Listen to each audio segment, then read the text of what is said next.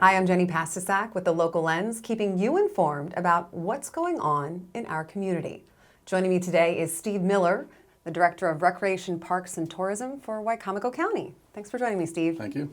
So I hear that you just wrapped up your Governor's Challenge with a huge attendance. Can you tell us about that? Yeah, it's an exciting event. This was the 42nd year of the Governor's Challenge, so it's kind of had a life cycle over the years. But in the last 10 years, we've seen steady growth, and then this past year was just remarkable in terms of the growth of the teams that attended. We had 140 teams coming from 14 states all over the country, highly ranked teams. But then the attendance, that was not a shocker, but the level to which the attendance grew. So our previous record in the history of the event was just over 8,000 for the event, and we were over 12 this year. How did that happen? I think it's just gained momentum, and it's become the event for high school basketball in this region. Certainly, it's a national event. Teams are traveling, like I said, nationally ranked teams from Arizona and from all over the place are coming to the event. So I think it's a little bit just the reputation that it's gained. It's got a great presence on social media. And I think it's now just gained that reputation to be the place. If you love basketball, this is the place to go. And so we certainly didn't expect it to grow that much in 1 year to the next. But so we were excited about that. With that came some excitement as well. But we're very pleased about the event. Well, and with that comes people, and with people comes money, right? Yeah, absolutely. Yeah, you see it for the out-of-towners. It's a great opportunity for hoteliers and restaurants who, otherwise that's typically a quieter time of the year. Sure. So that's an exciting thing. But even within the county, when you get that many people flowing through the building, it's concessions, it's other revenue that helps support our operation and what we do. But it's really and to run something of that magnitude, you're talking 5 locations. We were at Salisbury University, UMES, at different locations, and the amount of people, coordination, the things, those things don't just happen. They're not accidents. It's a lot of hard work by a lot of people, really good partnerships in the community that make that go. I was going to ask about partnerships. Obviously, with the colleges, you need those. Yes, yeah. If they don't make their facilities available, you can't pull that event off. Sure. Even local high schools that we're participating in. So you need those partners to make that happen. Sponsorships, we had a lot of buy-in from local sponsors to make that happen. DSN is phenomenal in covering local high school sports, but they're there the entire week.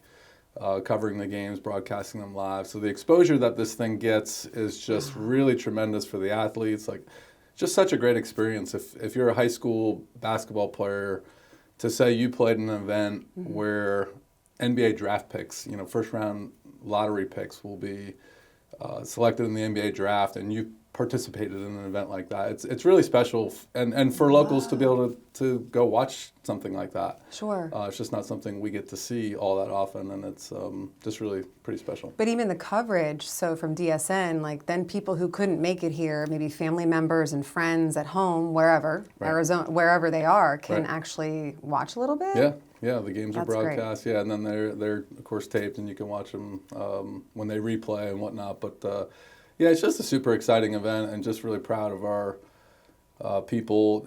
Again, it's years of work. It's not just a single event. It's years and years of work. But to see it grow as it has, to be what it is pretty exciting. So we're going to hop from basketball to baseball now, because you mentioned the Challenger program. Can you talk a little bit about that in Wicomico County? Yeah, so Challenger is a program that we've offered now. This will be our 5th year. It's a baseball program for kids with disabilities, so physical or mental challenges. We started right after COVID. We had about 39 kids. We've grown to we're almost 80 now. Wow. So that one's near and dear to me. That's one where you talk about community buy-in and support. We had tremendous support as we were building the field, and then also the inclusive playground that helps support the activities at the field. But the program itself is just super special. It's just one of those things where, Little League baseball, you just take that for granted. You grow up, you play baseball, it's just what you do. Well, a lot of these kids, and I say kids, as some adult participants as well in that program, but a lot of them are sitting on the other side of the fence and always watching or home because there's nothing available to them. Right. And so this program's changed all that. It allows them to participate. It's just all the players have a buddy, and that's been one of the many benefits of that program. It's just a great thing to offer opportunity. But to see buddies participate, some of them are adult buddies, some of them are youth. My boys have been buddies in the past, where they'll pair up with athletes, and to see, they're there to protect them and to help them out, and whatever the disability is. Some require more help than others, but to see the relationships form and to see the bonds and to see them smiling and laughing. The outside stuff of baseball, the game itself is great, but the interaction in the dugout and all the different things that come with that is just really, really special. So we're excited. We got our 5th season coming up, Field 7.5. I mentioned the playground that's out there. We also have a sensory trail out there. So we've kind of integrated the whole facility to accommodate not just that program, but then support activities that really make it kind of a year-round facility. I've seen the playground, and if people haven't seen it yet, you got to go check it out because it's pretty amazing what the playground includes for if you don't even think about different disabilities and you see it, that's where they can go play. Yeah, and again, a lot of thought was put into the playground and the way it was designed, but a lot of all the pieces are accessible. Of course, you can access no matter what the disability is, but a lot of the pieces of equipment are specifically designed that kids of all abilities can play together.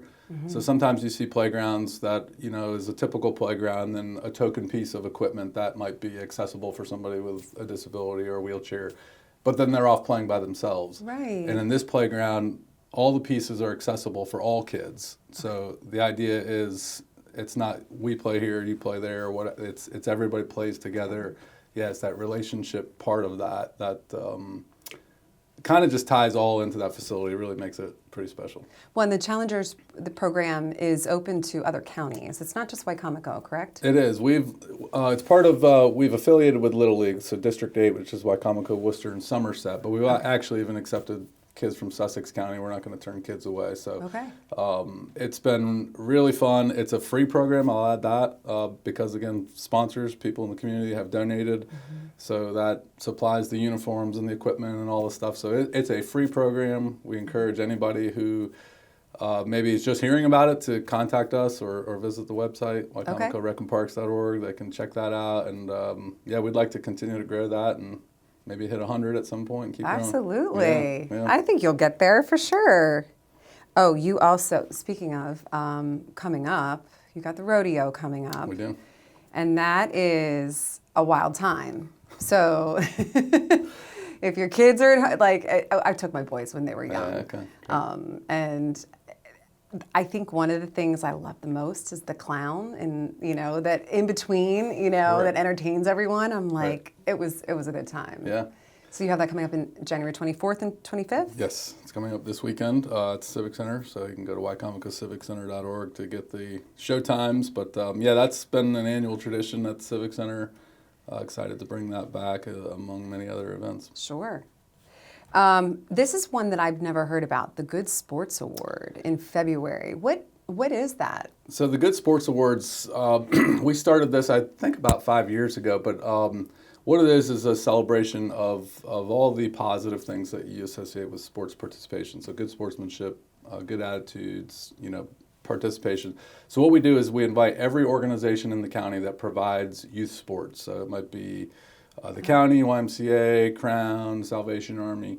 All these organizations are providing youth sports, and we're doing essentially the same things, different sports, different organizations, but we're all promoting sport participation and all the qualities that come with that. So the Good Sports Awards is one night where we bring all these organizations together. I think it's about 23 different organizations, and each organization will nominate a good sports coach and a good sports player that exhibit all those positive values of participation in sport. And so we have this big kind of fancy dinner. We've actually got a red carpet that goes out in the Civic Center and really make it a big deal, but to really promote as a community. It's not, county program or this program or that program. It's everybody. It's like, hey, we're all wanting to do the same stuff. We want kids to get off their phone, go participate, go do some stuff, but then also those other social values that, we really think are important. So it's a really neat time where everybody just gets together. We celebrate that. Each organization gets represented.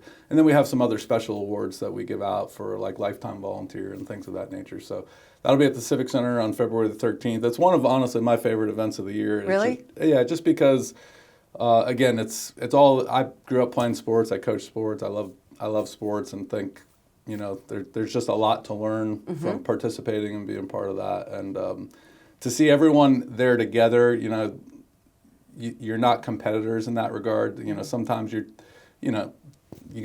people have to pick which program they're going to register for and all that stuff. But on that night, it doesn't matter. Like, we're all there for the same reason, and I think it's pretty special. I think the good sportsman piece of, just being a good sportsman, it's almost like we should nominate a parent for an award, because those are the ones sometimes that have the problems. It can be. Well, we even have, we recognize officials as well. So that's great. Good sport official, yeah. So we try to integrate all the different aspects of sports and really promote and honor those that exhibit the best of all those qualities. So. I know my boys obviously played sports here growing up, and one of the things that was instilled in them was to shake the official's hand at the end of the game, whether you liked what they said or not. Right. Just to kind of instill that in them, because you're not always going to like the ref's call, but hey, I've learned that myself. A call is a call. It is. Yeah. That's great. Yeah. And the other, the Ed Russ Memorial. So tell us first who Ed Russ is. So Ed is just a fixture in the community. He passed away last summer, and of course he's been with Wicomico County for 30, 40 years. People know him. He's had a lot of roles in the county, so he's worked in the county recreation parks. He's also helped out at the Civic Center and had a number of roles over the years. But I think he's most known for his role out at the Henry Parker Athletic Complex, both as a player. This was before my time, but I've heard legends of Ed hitting home runs on the softball field, and just a tremendous pitcher and player. So from the time they built that in the 1980s to this past summer, he's run concessions, he's run the field maintenance, he's done everything. He's been a site director. Wow. So just a real fixture in our department and the community, just a real beloved, a huge guy, but a huge heart is what I remember of him. It's just one of those larger than life personalities, characters that is truly missed. So when he passed, of course, that leaves a gaping hole in all the things that we do and all the things that he touched. So there's an effort now. Some people rallied together, and we're going to have some special recognitions out at the Parker Complex where he spent a lot of his time. And so we're pretty excited about that this spring. So we started fundraising, I'll say, within 24 hours. We had pretty much hit our initial goal, and now we might set our sights a little higher, because it speaks to who Ed was. Like, it did not take much. We said, hey, we're going to do something for Ed, and people are coming out of the woodwork. Yeah, so it's he was a beloved part of our family. One personal story of Ed that I remember, and many others, but he used to bake fudge, so homemade fudge at Christmas time. And so he'd always come around the office with these red tins, and it was just something that always reminded me of Ed. But it's just one of many personal things that he would do, and just... he's a jack of all trades. He was. He can make fudge, too? Right. Well, like I said, he ran our concession operation. He actually mentioned the rodeo. He would bring in the dirt for the rodeo. He was security at the Civic Center for events. So he did just about everything that you could do. But I think it was the way that he did it, his personality, just kind of people drew to him, and so he'll certainly be missed and his love, but he will be long remembered in the county for sure. That's fantastic. And speaking of, you had mentioned the Civic Center, because I'm going to kind of switch gears into capital projects. Yeah. It's been in the news. What, I'm reading about security measures. So, this is happening. Yes. Are there phases? I know it's a big it's a big initiative. Yeah.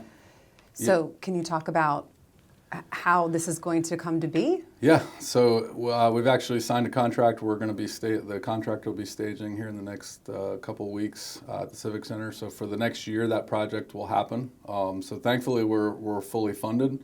Wow. So we're not going to phase it. We're going to complete the project here over the next year. There's several components to it. I think first and foremost, you mentioned security. So what this will do is create kind of an envelope around the main gathering areas. So if you look out in front of that building where people gather or their lines form to get into the venue. Currently, there's no physical barrier that would kind of protect people in that space, and that's a concern. And we've seen it, and that's not something you ever want to see anywhere as far as any kind of incident. So it's going to create through different bollards, planters, different things, but it's going to create a physical barrier, which will be certainly a good thing to make it a safer venue. We're going to change up our parking lot as far as the way the parking lot's oriented, so the ADA parking will be closer to the building. That's a problem where ADA, it's the location of it now is not great, but more specifically the route from the ADA parking to the building. Access, it's tough, so this will create much easier access. We're going to bump out our box office and the lobby, so it'll create more space on the inside, and then create also a food court area.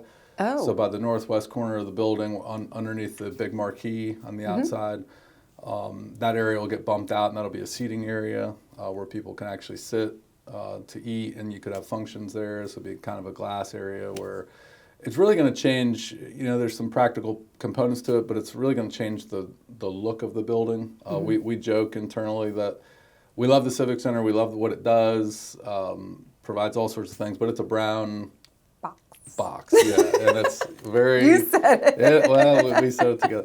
Yeah, but it's very kind of institutional looking. It's just a brown square box type look, and this is going to really, I think, modernize and really give it a fresh, different look. We've done a lot on the inside that I think's helped the building, but the outside's still primarily what you've seen since it got rebuilt after the fire. So we're really excited about this project. So it'll start here in the next couple weeks, and we hope primarily be done by the end of 2025. It should take about a year, and we're pretty excited. Well, you think about you go inside for events, but wouldn't it be nice to have a place to eat lunch outside or whatever, and hang out with your people before, after, in a great environment. Yeah, and that's another piece on the Flanders side. So that's the Glen Ave side. There'll be an outdoor pre-function space. So if you have a wedding or function in Flanders, this would allow you to go have like a pre-function space outside. So it's going to give us as a venue a little more flexibility for events, hopefully recruit new events, but also just, like I said, really beautify the building and really tie into all the other investments that are going on in the area. Because you have to recruit the events to come. We do. And that's not a small task. It's not. It's more complicated than people think. I think people say, well, hey, why don't you bring Aerosmith to the Civic Center or whatever? Yeah. So there's costs to all that. There's practical pieces of how shows route and why they pick the places that they pick. So it's a struggle at times to try to get certain things, but I think we've done a really good job. Our staff works awfully hard to get. Kind of walk that, to get a diversity of events, but there's the entertainment piece of that, which a lot of people know, but there's also civic pieces to it. Sure. Where people graduate there, that's where we vote, that's where a lot of different things. We had the dental clinic there this past year. There's a lot of things that happen there. Just about every day of the year there's stuff going on in that building. So, but this investment is the single biggest investment that we're making in this building since it was rebuilt. And then in addition to that, I didn't mention this to you, but we're also replacing the roof at the same time. So that'll also be happening over the next year. Whoa. So we're going to have, it's good for the public to know. So over the next year, there's going to be trailers and trucks and all that going on. So it's going to be a construction zone for the next year. But the show goes on. I was going to say, still functioning. Yeah, we're not closing the building. We're not stopping events.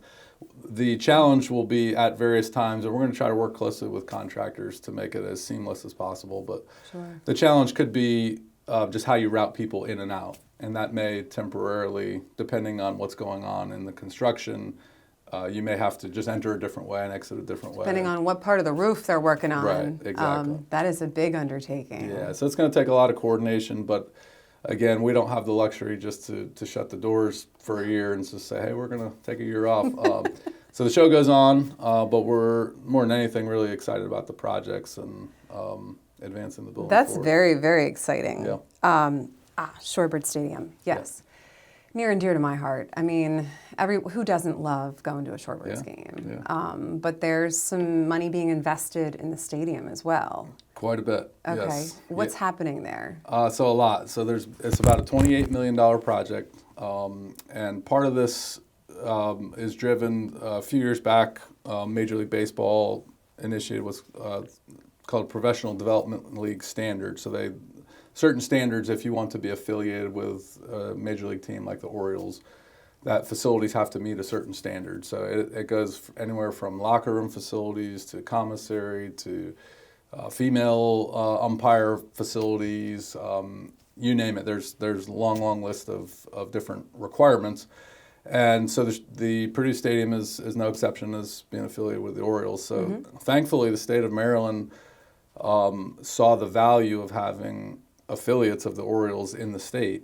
And so they passed a bill, I believe in 2022, that created a pot of money that would help the stadiums address some of these requirements. Okay. So our project's about $28 million project funded through the state. So we're very excited about that. Most of the work is going to be done underneath the stadium. So as we speak, they've gutted the underneath, and they're actually starting to put it back together to rebuild the walls and whatever. But some stuff that the fans will see, the bullpens currently are on the field. Those are going to move off the field, which is a safety piece. There's going to be a new performance center built. So down the left field line, there's that berm area where the old carousel used to be. So that berm is going to go away, and that's going to be a new performance center, which will be for like batting cage, fielding, those types of things. I was like, performance, what do you mean? Do we have shows that are going to go? Okay. Not that athlete performance. So mostly they'll have batting tunnels and place for the players that they can go, whether it's raining or whether they want to get pregame work. So they're not tearing the field up. They'll have a conditioned indoor space to do that. But in the off season, certainly it's another facility in the community that certainly is another asset in the community. So those things will be visible. New lights for the stadium, and that spins off into another project that we may talk about. But so there's a lot of different things that are going on at the stadium. Very exciting, and the clock's ticking because opening day is in April. So there's a lot happening. They're working 6 days a week right now. Are they trying to complete everything by April? So everything to make the facility playable. So the building that I mentioned, the Performance Center, that'll probably linger on into the season. Sure. And they'll have some temporary facilities to get them through to that point. But all of the main stuff to get the play ball, that'll have to be done by April. So it's going to be a sprint here in the next couple of months. Does Sherman get a new dressing room? Yeah, Sherman will be well taken care of in this. Yeah, You said they gutted underneath. I'm like, isn't that where Sherman comes from? It is. Yeah, Sherman will be very happy with his new digs. So. That's exciting. That's very exciting. Yeah, and I think. Sorry to interrupt. No. I think the most so it's a great improvement to the facility, but what it ensures as far as the local residents is that the Shorebirds are here to stay. Yeah. That they're going to be affiliated with the Baltimore Orioles, which is an exciting thing because when you go to one of those games, it's affordable, it's fun, but it's fun to try to pick out, okay, who's going to be the next star and who's the guy that's going to get called up, and so to have that affiliation just makes that experience even better. You said something about the lights. Do you want to go there or no? Sure. So one of the requirements is that all the lights would be LED lights, and currently they're not. They're not that old. They're about 7 years old. So those lights, the current lights fixtures will come down and then new LED lights will go up. But because those lights aren't old, we don't want them to come down and then just go sit in a closet somewhere. So we're going to repurpose those. And the intent right now is to move those basically across the street to Winter Place Park to be able to light that facility, which we play. It's multi-purpose. We play our fall soccer program there. We also have softball and different activities there. But so those lights would then go across there, which, again, that's a spin-off, but that makes that project possible is that the lights exist. They're still in really good shape, and now we can put them to good use in the community. Does that mean they can play at night? Yeah. Or Yeah. that's huge. Yeah. I remember that being in, like, when my kids growing up, it's like if they don't have lights, we can't play there at night. We Yeah. have to go where there's lights. Yeah. Yeah. And that's one of the, I think we have a wonderful park system in the county, but having lighted fields, particularly those rectangle type fields, there's not as many opportunities. And a lot of times those sports, like soccer, for instance, a lot of times soccer is a fall sport. Yeah. And when it's a fall sport, it gets dark. So this will now open up opportunities, I think, for more of those types of activities. So it's really, there's going to be spin-off benefit that hopefully all the residents will get to enjoy. Yeah, absolutely. Yeah. And if your kid doesn't play sports, maybe you should sign them up. Well, I'll tell you what, adults can play out there. We've got sand volleyball out there. Winter Place has got a lot of kind of neat assets out there. So Sand volleyball? there's a sand volleyball court out there. I didn't even realize that. Yeah. Okay, where is that? It's out past that pond area in the back of the facility, next to one of the softball fields. So Okay. yeah. Speaking of sand, because I love Cove Beach, Yes. and that was on the list of initiatives, Cove Road Beach. Yes. Take my kids there. It's just so convenient and relaxing because there's not huge waves and there's a little beach area. It's nestled, off the beaten path. What is happening there? So we acquired, a couple of years ago, we acquired the property adjacent to Cove Road Beach, so it'll more than double the actual beachfront of the park. So there were some old homes there that would get flooded a lot. So those homes have been demolished. That happened this past summer. And so now what we're been working with the residents, we've had a number of public meetings and gotten feedback, but what we're trying to do now is to integrate in a meaningful way the existing Cove Road Beach property with the new property, because they're attached to each other. So to create more convenient parking, more convenient pathways to get from the parking lot to the beach.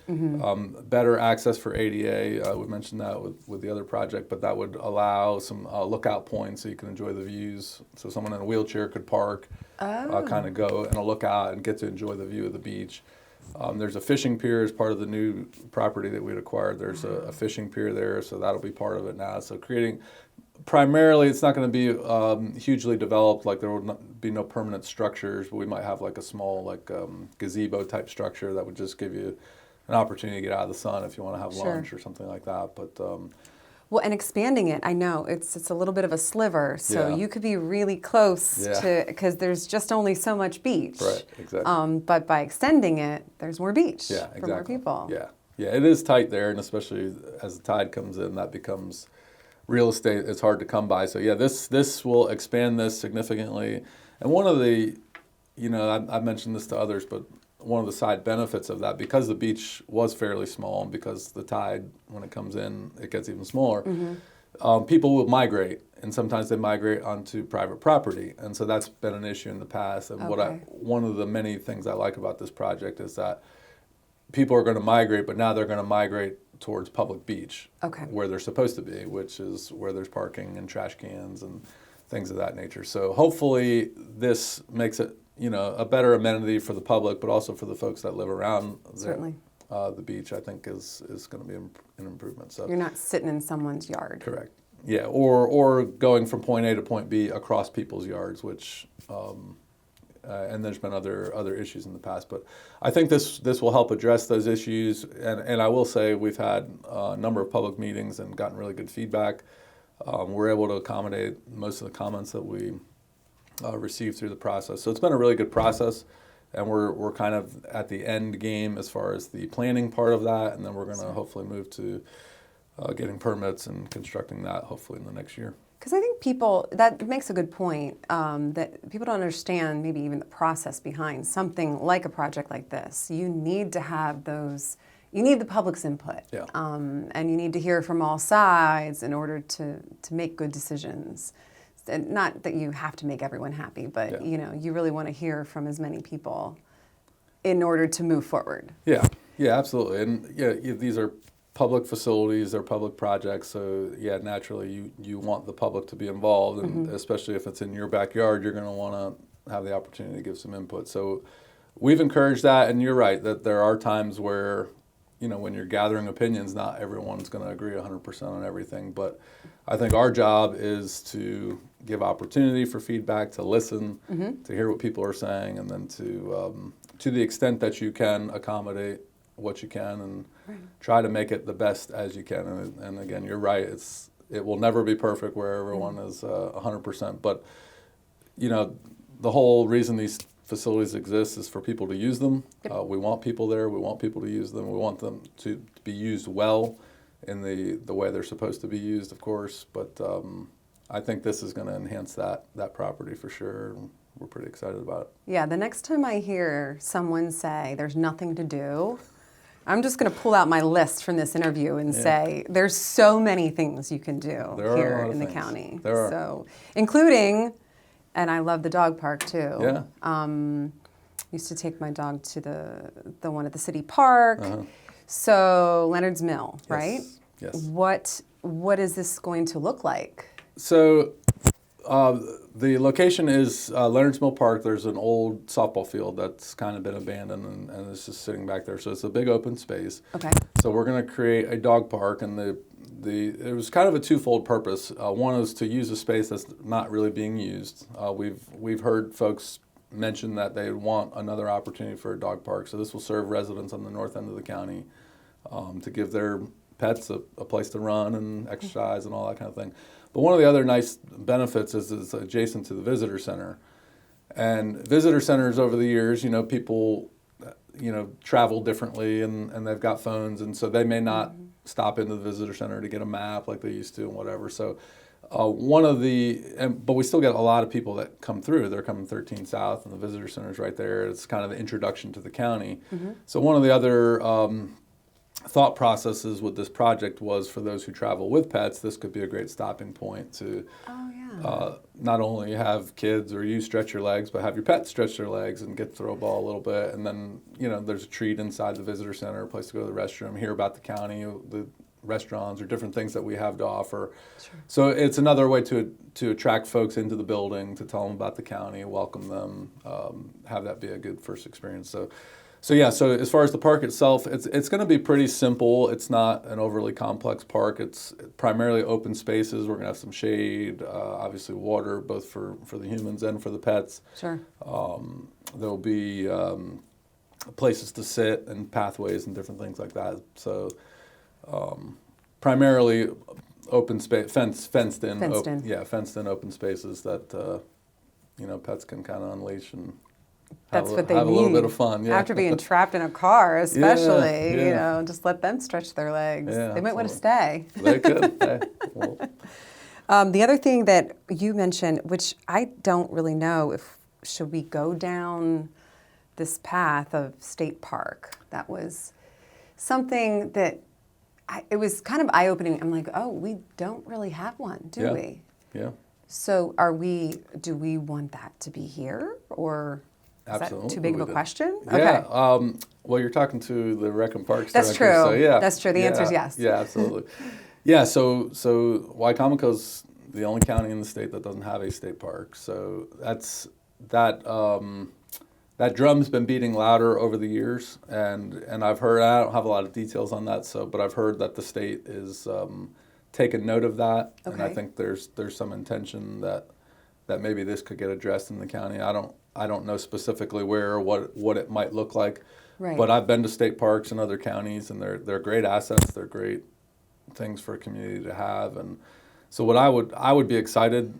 If the state were to take that step and to have a state park here, I'd be excited about it. And I would hope that it would bring some amenity or amenities that maybe we don't have, or something that could enhance the county park system, and the city's got a park system. So, you want to bring something in the community that's not a duplicate of what we've already got. So hopefully that would be the case. I think it's in the early stages as far as conversations of what it could be, or where it could be, or all that stuff. So I don't know any of that, but certainly that's something we'd advocate for. I think that's exciting.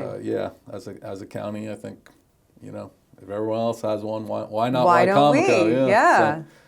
We, the one thing that I think about that we do have that might be, I don't know if everyone really even knows, is trails. Yeah. We have trails. I discovered some recently.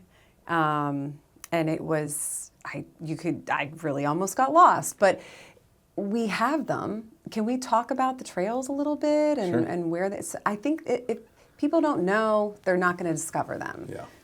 So we have trails at the city park. We have trails in Pemberton. Like, where are the best trails in Wicomico County? Maybe that's my question. So we just installed some additional trails, a couple miles worth of trails at Pirates Wharf. So that was the first phase of that project.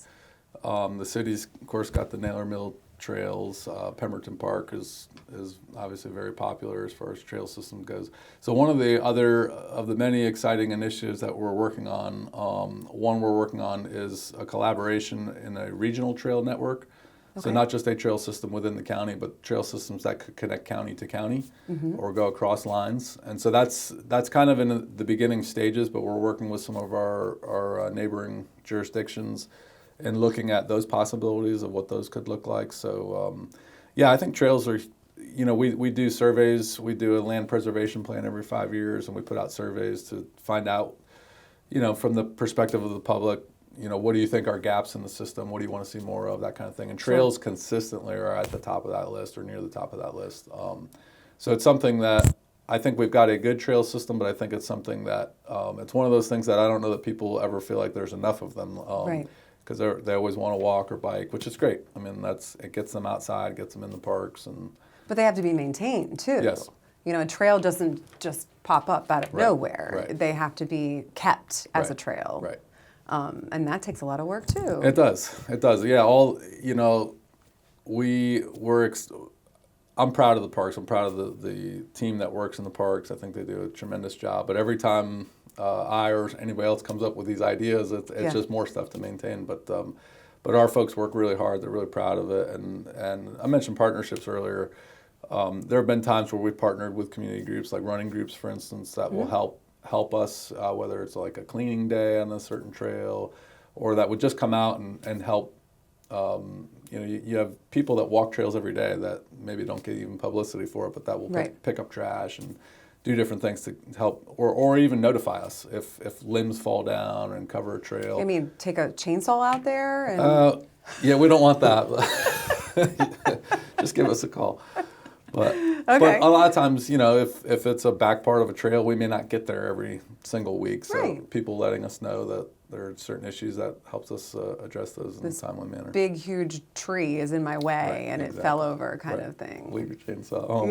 Just jump over it. Exactly. It's an obstacle. But I think trails. I think that's certainly an asset, but it's one that I think can continue to be enhanced and grow. Well, even, and I think about this just from, we have water trails too. Yeah. We have not just land, but there's, canoe, kayak, you name it.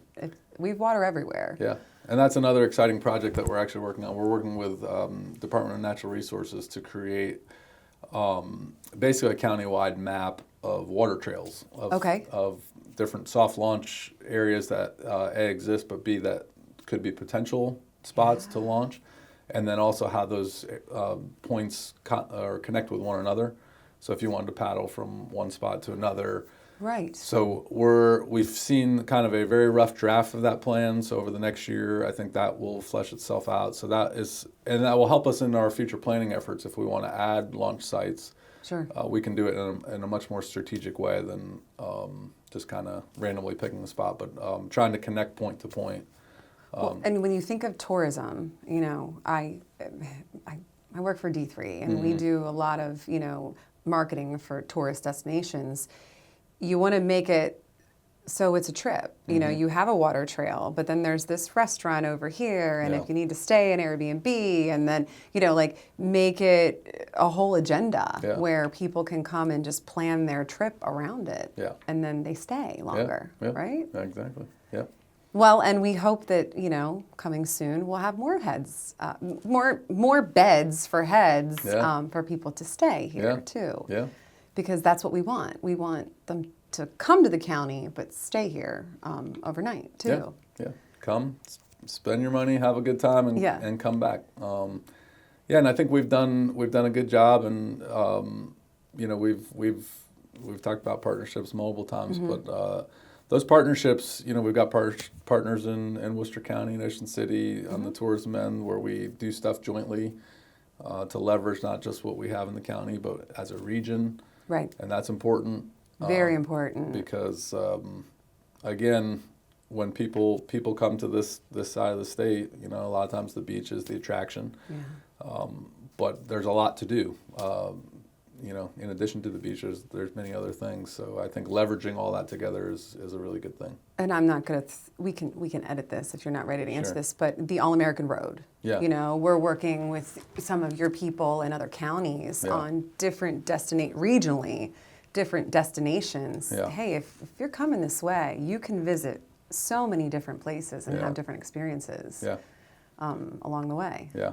Well, and even so, the All-American Road's one example. Another one is national parks. So San Domingo School, I don't know if you're familiar with that school. I've heard about it, but Yeah, tell me more. so it's an old schoolhouse in San Domingo, but it recently there was a study through the national parks of all I think there was Rosenwald schools. So these were African-American schools built by this entrepreneur about 100 years ago throughout the country. So they went through all the different schools that exist and were evaluating them as to whether or not they could rise to a designation as being associated with the national parks. And they picked one in the United States, and it was San Domingo here in Wicomico County. So Really? yeah, so that I don't know the timeline on that one, so that's something I've got to plug back into. But that, for people that travel, that want to see all the different national park sites, to Yeah. have now another reason to stop here, Yeah. it's just one of many different things that is just kind of a neat. They picked one and it was here. And it's a phenomenal building, but the community around it. I went to a meeting when National Parks was traveling the country, visiting these sites and kind of having public meetings to get input from locals, like, hey, do you want this, and here's what it would look like, and all that kind of thing. And I went to that meeting, and it was jam-packed, like wall to wall, and to hear people tell stories and to just the rich history of what happens there, not only what happened, but what currently happens, and San Domingo, one of the many reasons, I don't want to speak for national parks, but one of the reasons of many that it was picked is just how well they've maintained it. They've really done a great job of keeping that facility up, and the community members there are just really vested in that facility and just all the history there. So that's just another one of those sidebar things, but just another really cool thing that's going on in the county. We have a lot going on. Is there anything, what did we miss, Steve? I don't How much? Mason-Dixon's another one. That's a project in Delmar. That's one that I'm pretty excited about that will hopefully be happening here in or at least phase one in the next year. Okay. So that's, do we have time? Or? Yeah. Okay. So Mason-Dixon is a softball, baseball complex in Delmar.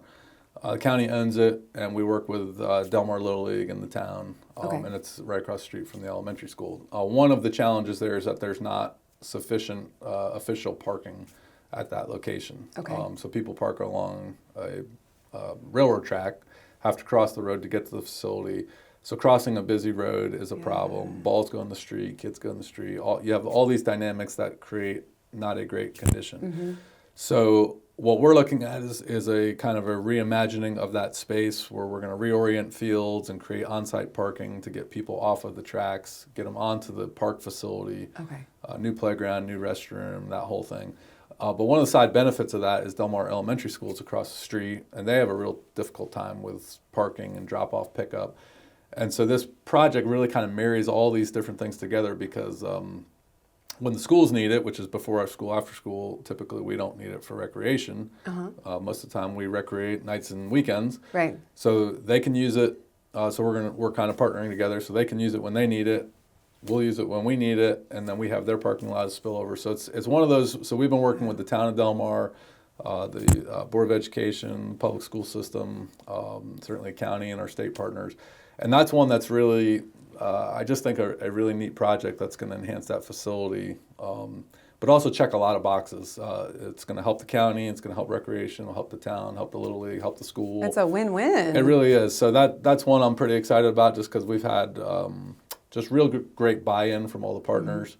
And I think it's it's long overdue. That facility's not really been little improvements here and there, but it's been about 30, 40 years since we've had a major renovation. So it's certainly time, but I think this is the right time for the right project. So Thank you so much for Yes. sharing all of the wonderful things that are happening in Wicomico County.